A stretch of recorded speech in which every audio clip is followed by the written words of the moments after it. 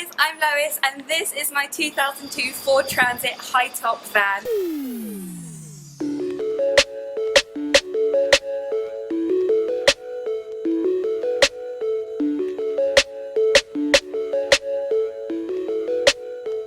Hello everyone and welcome to episode 4 of the van build. I've got a few things to go through before jumping into today's video, so please bear with me for a few minutes. Firstly, if you follow me on Instagram, you'll already know this, but I've just started a complete renovation of my apartment. If you want to follow along with the renovations in real time, then go ahead and follow me on Instagram. I usually post on my story every day or every other day about things that I'm doing in the apartment. Secondly, I want to thank everyone who bought a van guide over the last 2 weeks. I've topped up the donations and donated all the proceeds to these 2 charities supporting Black Lives Matter causes. So a big hug to everyone who bought during that time. Of course, you can still purchase the guide to help with your own van build. It's a huge 60-page in-depth guide where I go into the details about how I did things and why I did things. There's a huge list of over 160 products that I used to build the van, with links to the products in the UK, the USA and Spain. Plus, there's loads of recommended resources, so go ahead and scroll down to the description box where you can find a link where you can get it. In today's video, I'll be showing you 4 things. We'll be going through why I made the last minute decision to not put solar or electricity in the van, but also the preparations I did in order to put electricity in the future. How I finished off the ceiling, because in the last video I left it unfinished. What I did on the flooring, including the subfloor. And finally, how I built the walls. Remember to hit that subscribe button and the bell icon to be alerted when the next episode in the series comes out. I do try and make the videos as short as possible so you're not here for hours listening to me drone on, but I also want to make sure that you get as much value out of them as possible, so I hope you're enjoying the series, and if you are, please also like this video. Without further ado, let's travel back in time to January 2019.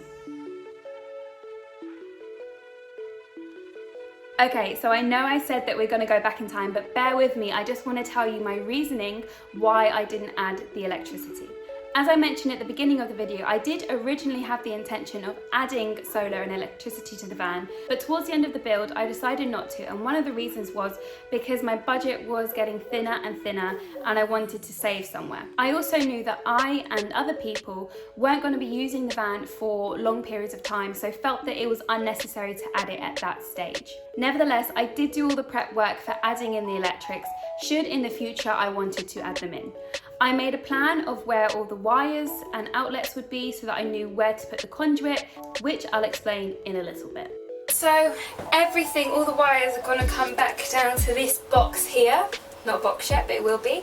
So in the PDF I've kind of figured out where I want everything to be. So where I want the 12 volt LED lights to be, where I want the 12 volt cigarette and USB sockets to be, and also where I want my AC EU plug sockets.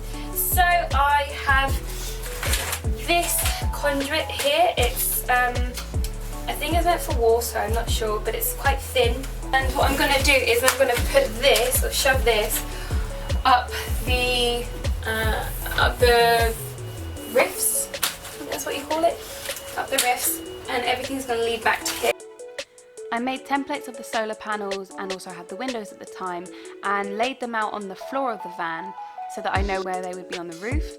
As you can see, I had 4 solar panels, 1 skylight above the kitchen and then 1 skylight above the bedroom.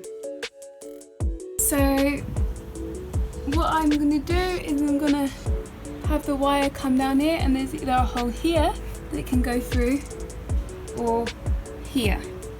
So the wire is going to come from there, either through here into the other side and down through this hole. I thread the conduit up through the ridges of the van, and this step was pretty easy because my van had so many holes and ridges, so this was really easy, and your van probably has the same, so it would be very simple for you to do the same. And I went along with the plans that I had made for where the wires should go.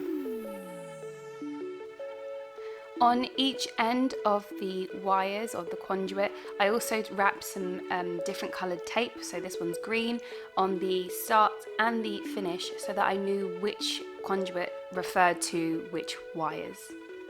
Then when doing the vapor barrier, I also had to kind of poke holes through the vapor barrier so that the wires or the conduit come through. So I made sure to tape them up with aluminium tape just to make sure that no air got in behind and then obviously caused condensation. And I also did the same when I put the walls in. As you can see, I put holes in the walls so that the conduit could come out.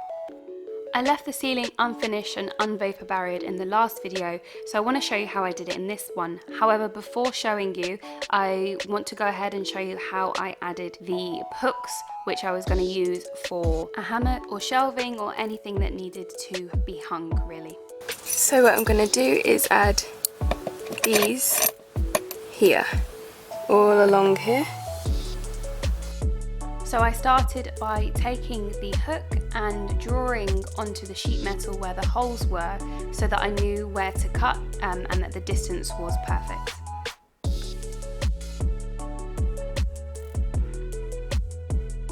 Then I took my drill with a drill bit of the same kind of width as the holes and started drilling through the sheet metal.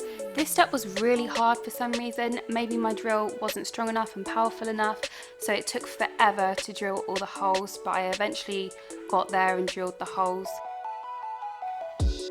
I first put the nut over the hole because otherwise it would have been really difficult to kind of do it blindly, and then I just started screwing them on. So back to the ceiling, and as I mentioned in the last video, I didn't make my battens wide enough in order to support the insulation, so I had to prop them up with tape, and it just really wasn't working. So instead of putting the insulation on, then the vapor barrier, and then doing the cladding, I kind of just attached the vapor barrier to the other vapor barrier on the walls and started putting the cladding up straight away on top of it without even securing it because it wouldn't stay up by itself. Not gonna lie, doing this as a lone wolf was really difficult, but if you get the first one on, then you're kind of good to go with the rest of them. I put 3 screws in each plank, 1 in the middle and 1 at either end, and then you kind of just tap them into each other and then secure it with the screws. I was incredibly happy with the way they turned out. It really looked beautiful. It was my favourite thing in the van, to be honest, and you can see that I also cut holes where the hooks came out too. I started the subfloor, which is what went above the vapor barrier, by cutting out one of the wheel wells, and to be honest, I don't know why I did it like this. I measured it out and then kind of sketched it onto the wood and then cut it out, but what I should have done was just take the old floor and made that into a template. If you want to do this, I would definitely suggest using the old floor as a template, but anyway, the way I did it kind of worked out. I had to cut it a few times in order to get it perfect, but it did turn out looking really, really lovely, and it kind of fit perfectly around the wheel well. What you have to be really careful with this step is making holes in the vapor barrier, because I unfortunately started making loads of holes when I was moving the wood around, so I had to tape the holes up with extra aluminium tape. And then I just kind of started doing the same with the other bits of wood, other subfloor. If I had to cut, I made a mark and then cut. And it was just kind of one big jigsaw, to be honest. It would have been better if I had one huge piece of wood, but unfortunately I couldn't get one big enough to do that. And I attached the subfloor to the battens of the floor using self-drilling screws. You can see that on the floor there is green tape, and that actually signals where the battens are underneath, because you obviously want to drill the screws into the battens and not into the insulation. So I would definitely recommend you taping out where your battens are so you remember where to drill into.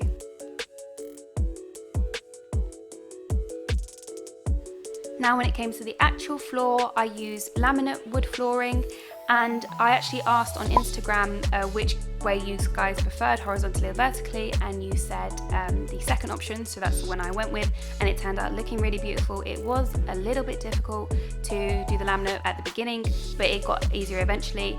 And what you can't see is underneath the laminate and between the subfloor and the laminate, there's a foam underlay.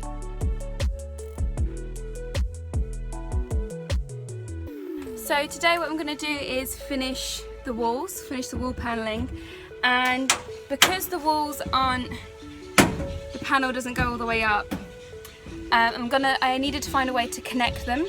So we bought this little connector. So we're going to put it here and then slide the other one on top and on the sides as well. Again, I started making a template for the wheel well using cardboard, and again, I don't know why I did this. I should have just used the template from the wall paneling that was there before. So guys, if you can do this and if you have templates available, then definitely do that. It took a bit of going back and forth, cutting, measuring, recutting, redrawing, cutting again, but finally I did get them how I wanted it to be, and I then drew that on the wood panel. Then I slid on the really handy connectors. I think they're called H connectors. And you can see my dad in the background there helping out. He came down to help me with the van because it was also his investment, not just mine. And just kind of slid and attached the wall panels together using the connectors. I then screwed the wall panels into the structure behind it using self-drilling screws. Some bits did end up being a bit fiddly, like for example in order to connect the left side and the bottom of the H connectors, and also to make sure that it was behind the structure on the ceiling. It was a bit fiddly, but thankfully I had my dad there to help me, and it worked out pretty well in the end.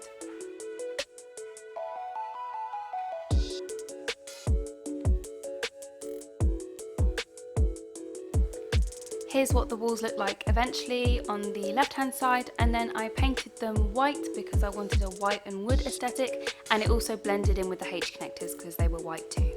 Thank you for making it to the end of the video. Again, I do try and make them as short as possible, but to show details, sometimes I need to make them a little bit longer. If you want to see more in the van life series, subscribe to the channel, like this video, and leave a comment below too. I love reading them and I usually respond to all of them, so drop a comment below. Also, if you want to follow along with the house renovation, please go ahead and follow me on Instagram. Thank you for watching, and I'll see you in episode